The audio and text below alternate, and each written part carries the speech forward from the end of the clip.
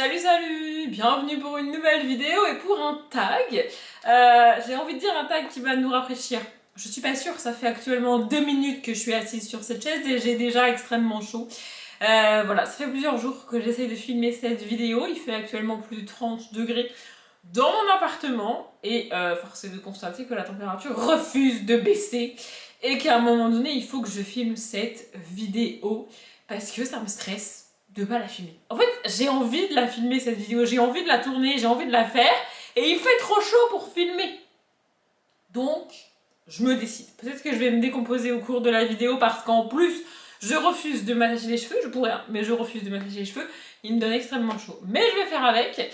Normalement, ça va pas être une vidéo trop longue, il n'y a pas énormément de questions. Et franchement, j'ai beaucoup aimé le principe. Le principe, c'est qu'avec des livres et des questions, comme dans tout tag, on va créer notre camp de vacances. Et moi, quand j'étais ado et pré-ado, j'ai eu la chance de partir pas mal de fois en colonie de vacances, donc j'en ai fait plusieurs, des camps de vacances dans des endroits différents. J'ai été à New York, j'ai été au Canada, j'ai été aux Canaries, enfin bref, je vais pas vous faire la liste parce que c'était assez indécent. Voilà, j'ai eu cette chance de pouvoir voyager quand j'étais jeune et je le fais beaucoup moins maintenant que je suis adulte. Et ouais, franchement, j'ai beaucoup aimé le principe du tag, j'ai trouvé ça très chouette. J'ai moi-même traduit les questions parce que j'ai pas trouvé de traduction en français. Je vous mettrai comme toujours la vidéo d'origine, enfin la vidéo originale que j'ai trouvée pour faire ce tag dans la barre d'infos. Je vous mettrai les questions en VO et ma traduction plus qu'approximative. On va commencer, sinon je vais vraiment me liquéfier avant la fin de la vidéo. Exceptionnellement, j'ai les questions sur mon téléphone. Je sais pas, je trouvais ça plus pratique à écouter. Bref, donc la première question, c'est donc pour le lieu. Dans quel monde fictif veux-tu installer ton camp? Et j'ai pas vraiment voulu un monde imaginaire, un monde fantastique, avec genre de la magie, des dragons, etc. Je voulais vraiment rester dans un monde assez contemporain, comme j'ai pu faire quand j'étais ado, au final, et en même temps, pas dans une ville. Vous voyez? Du coup, j'ai un petit peu galéré, et au final, j'ai fait un espèce de micmac de tout ça, et j'ai choisi Toute la ville en parle de Fanny Flagg. On est donc dans une ville, mais une ville en construction. On va vraiment suivre l'histoire de la ville qui se construit. On a des colons polonais, ou en tout cas de l'Est de l'Europe, il me semble, qui partent d'une étendue, du vide, du désertique. Alors c'est pas dans le désert, mais genre il y a rien.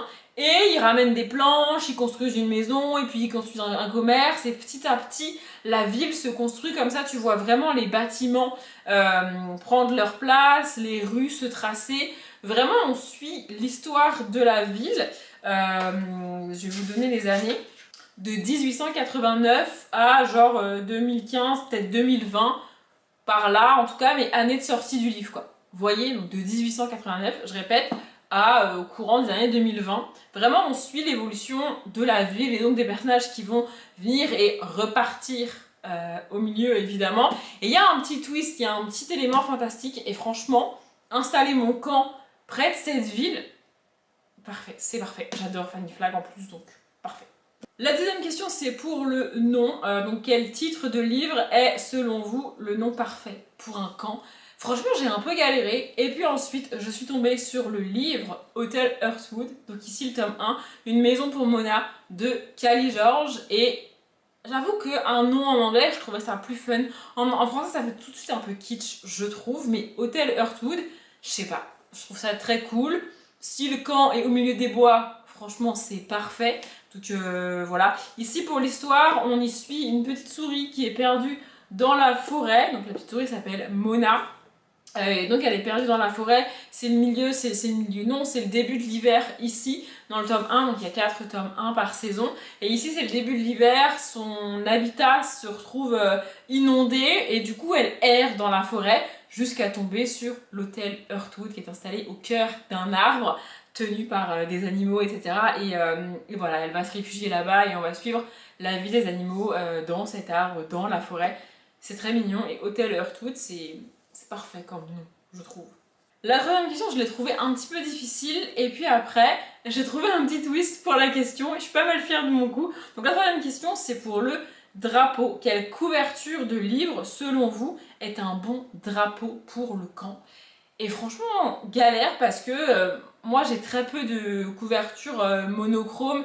J'ai beaucoup de couvertures avec des personnages dessus, avec des paysages dessus. Et en mode drapeau, je trouve ça passe pas, vous voyez, en bicolore ou avec des rayures ou quoi. Bon, c'est la grande majorité des drapeaux, ils sont pas tous comme ça, mais c'est la grande majorité. J'ai galéré. Et en même temps, je voulais aussi un espèce de rappel du nom du camp et de l'arbre en fait. Vous voyez? Du coup, je me suis dit, attends, mais il y a 4 tomes dans la saga Hotel Heartwood. Est-ce que je truanderais pas un petit peu? Et c'est ce que j'ai fait. Et donc, j'ai choisi en fait le tome 3 de Hotel Heartwood, parce que vraiment, je trouve qu'on a vraiment cette notion de drapeau avec ce rose et ce vert, alors ça fait vraiment bicolore, et l'arbre dessus. Alors, en fait, c'est la même couverture que pour le tome 1, sauf que le tome 1 est tout bleu, mais là, je sais pas, je trouve que vraiment ça fait drapeau, alors dans ce sens-là ou dans ce sens-là, les deux fonctionnent, mais je sais pas, je trouvais ça très cool. Ici, donc, c'est le tome 3, ensemble, c'est mieux, qui se passe au printemps, puisque le tome 1, c'est... Le tome 1, ça doit être l'automne, le tome 2, l'hiver, le tome 3, le printemps, et le tome 4, l'été, mais le tome 4 ça faisait moins drapeau je trouve, et là franchement je suis pas mal fière de mon truc. Les deux questions suivantes je vais les faire dans l'autre sens, je vais les inverser parce que je trouve ça plus pratique, donc je passe à la question 5 techniquement, et donc c'est les moniteurs du camp, et donc en gros il faut choisir 3 moniteurs parmi les personnages de livres qui sont parfaits pour le camp. Et alors là, vraiment, le premier qui m'est venu, j'étais en mode non mais Audrey, tu peux pas encore le reciter, tu le cites tout le temps, mais je ne peux pas ne pas le citer, je suis désolée, c'est comme ça à un moment donné, en moniteur de camp, Pita de Hunger Games. Non mais à un moment donné, je peux pas, vraiment c'est le premier qui m'est venu, j'ai essayé de me dire non, trouve d'autres gens, mais non en fait, il serait parfait en moniteur de camp. Voilà, Pita de Hunger Games. Je vais pas vous faire l'affront de vous résumer Hunger Games, de vous parler de Pita. J'adore Pita, il est mon personnage préféré de tous les temps. J'ai relu Hunger Games il y a genre 2 ans et il est indétrônable pour moi. Et vraiment, en moniteur de camp d'été, mais... Alors Katniss serait pas mal, je dis pas. Mais Pita serait parfait. Et une fois que j'avais choisi Pita, je me suis dit, bah let's go avec les personnages que j'adore et que je recite tout le temps. J'ai pas prévu d'être originale, donc Charlie de Charlie Davidson, franchement, mon rêve, moi, à 15-16 ans, d'avoir Charlie en monitrice d'auto-école, mais elle est parfaite. Et je pense vraiment qu'elle serait douée avec les ados, parce que c'est le genre d'adulte-ado, c'est-à-dire qu'elle a la maturité d'une adulte, elle a même grandi très vite parce que elle a le pouvoir de voir les fantômes, et donc elle a très vite été confrontée au regard des autres, et elle a très vite dû choisir entre... parler aux fantômes et les aider, mais passer pour une folle auprès de ses camarades, ou ne pas aider les fantômes et s'intégrer dans son lycée. Elle a choisi la première option, ce qui l'a pas mal mise de côté, et donc elle a mûri très vite. Donc elle a ce côté très mature, très posé, qui enquête, qui aide les gens. Elle a ce côté vraiment très adulte, et en même temps, elle a un petit nom, elle a un énorme grain de folie. Elle part dans tous les sens. Et je pense vraiment que c'est le genre d'adulte capable d'être proche des ados, mais pas ami avec elle. Vous voyez, je pense qu'elle aurait ce dosage très, très pointilleux de je suis assez proche d'eux pour qu'ils se confient à moi, que je puisse les aider, etc. Mais en même temps, ils ont conscience que je suis monitrice et je suis pas leur amie, quoi. Vraiment, Charlie, elle serait parfaite pour ça. Pour vous résumer rapidement l'histoire ici, donc je vous ai dit ensuite Charlie, elle voit les fantômes, etc. Et elle habite à Albuquerque, il me semble, et elle a ouvert une agence de détective où en gros, les fantômes viennent directement la voir en mode machin m'a tué, il s'est passé ci, il s'est passé ça, et elle aide la police à arrêter, à trouver les bonnes preuves pour accuser la personne alors qu'elle, elle sait qui l'a fait puisque le fantôme lui a directement dit, ou parfois le fantôme n'a pas vu son agresseur mais est capable de dire quelle heure il était, où c'était, où ils sont allés avant, vous voyez, des informations que tu peux pas avoir autrement. Donc voilà, elle aide pas mal la police et on aborde pas mal de thématiques quand même assez compliquées ici. Et pour le troisième, j'avoue, je me suis tout simplement fait un kiff, je me suis dit qui j'aimerais bien voir autour du feu de camp, dans ce camp d'été, avec les élèves, les enfants, etc. Et j'ai choisi Verlaine, des Brumes de Cendre Lune. Je sais plus trop quel instrument il joue. Elle joue du violoncelle, il me semble. Et lui, peut-être qu'il joue du piano. Mais en tout cas, il y a un truc autour de la musique. Donc je le vois très bien avec une guitare, avec un banjo, avec je sais pas quoi autour du feu de camp, en train de faire chanter tout le monde. Ce serait juste parfait. Et j'avoue, ce serait juste un kiff personnel de le rencontrer. Ici, on est dans une dystopie avec d'un côté Verlaine, de l'autre côté Céphise. On a un peu de science-fiction. On a surtout une domination vraiment du roi qui se considère un peu comme un dieu, un demi-dieu même. Je crois qu'il est un dieu. Donc on a Céphise qui a perdu toute sa famille parce que ils ont enfreint une règle. Et donc l'armée les a arrêtés, condamnés, etc. Ils sont partis, elle se retrouve toute seule et elle joue du violoncelle tous les soirs. Et de l'autre côté, on a donc Verlaine qui vit au château avec le roi Dieu, machin là, et donc qui fait techniquement partie du clan des méchants. Mais j'adore Verlaine, vraiment. Bref, mon résumé est pourri parce que ma lecture date et que j'ai pas envie de vous spoiler, mais si vous n'avez pas lu la saga, franchement, je vous invite à la lire et je vais vous lire quand même le premier paragraphe du résumé parce que mon résumé est pourri alors que la saga est vraiment géniale. C'est de Georgia Caldera, je sais pas si je l'ai dit. D'ailleurs, le Charlie Hamilton, c'est de Darryl Jones, il me semble que je l'ai pas dit non plus. Bref, dans le royaume de son nom lune, les dieux épient les pensées des hommes et leur exécuteur, l'ombre, veille à condamner tous ceux qui nourriraient des envies de rébellion. Et donc voilà, on va avoir d'un côté Verlaine au château, l'exécuteur, machin, du truc, et de l'autre côté, Céphise qui a clairement des envies de rébellion, comme vous avez compris. Et donc je reviens techniquement, comme je vous disais, à la question d'avant, donc la question 4, qui est les cabanes. Choisissez 3 livres au hasard, ouvrez-les à une page aléatoire, et avec les mots sur ces pages, trouvez des noms pour 3 cabanes différentes. Un peu flemme de sortir des livres au hasard, et au hasard, je sais pas faire. Vraiment, au hasard, je sais pas faire. Donc, je me suis dit, vu que j'en ai choisi 3 pour les moniteurs, monitrices, et bien c'est là-dedans que je vais aller chercher des noms de cabanes. Donc voilà, faut quoi que j'ouvre au hasard et que je lise une phrase au hasard. Ouvrez une page aléatoire et avec les mots sur ces pages, trouvez les noms. Ok, donc on commence par Hunger Games, j'ouvre au hasard. Arc. Ah bah parfait, voilà, je balance mon arc. Bon, en même temps, c'était à peu près évident puisque c'est Katniss, mais voilà. Arc pour un nom de cabane, c'est pas mal, qu'est-ce que vous en pensez? Moi, je trouve que c'est une excellente idée. Allez hop. Ou archer pour faire des teams. Ça peut être pas mal, à voir ce que je vais avoir dans les autres. Donc, chez Shirley, alors chez Shirley, on peut avoir tout et n'importe quoi parce que c'est Shirley. Calamity Jane. Oh mon dieu, je vous jure, il y a marqué Calamity Jane. Oncle Bob m'a appelé Calamity pendant des années en référence à Calamity Jane. Calamity en nom de cabane, c'est parfait. Ah, j'adore. J'adore le hasard, finalement. Bon, pour Verlaine, on va aller plutôt vers la fin. Alors, il y a beaucoup de dialogues là-dedans, pas pratique. Qu'est-ce qu'on a? Cendre Lune. Bah oui, mais non, on va pas prendre Cendre Lune. J'avoue que je galère parce qu'en fait, je suis allée tellement loin que c'est très très très spoilant et n'importe quel mot un peu intéressant serait vraiment spoilant. C'est dommage. Il y a pouvoir. Je pense que je vais prendre pouvoir parce que vraiment c'est un petit peu compliqué. Du coup, ça donne quoi? Calamity, pouvoir et arc ou archer en nom de cabane. Écoutez, ça fera l'affaire.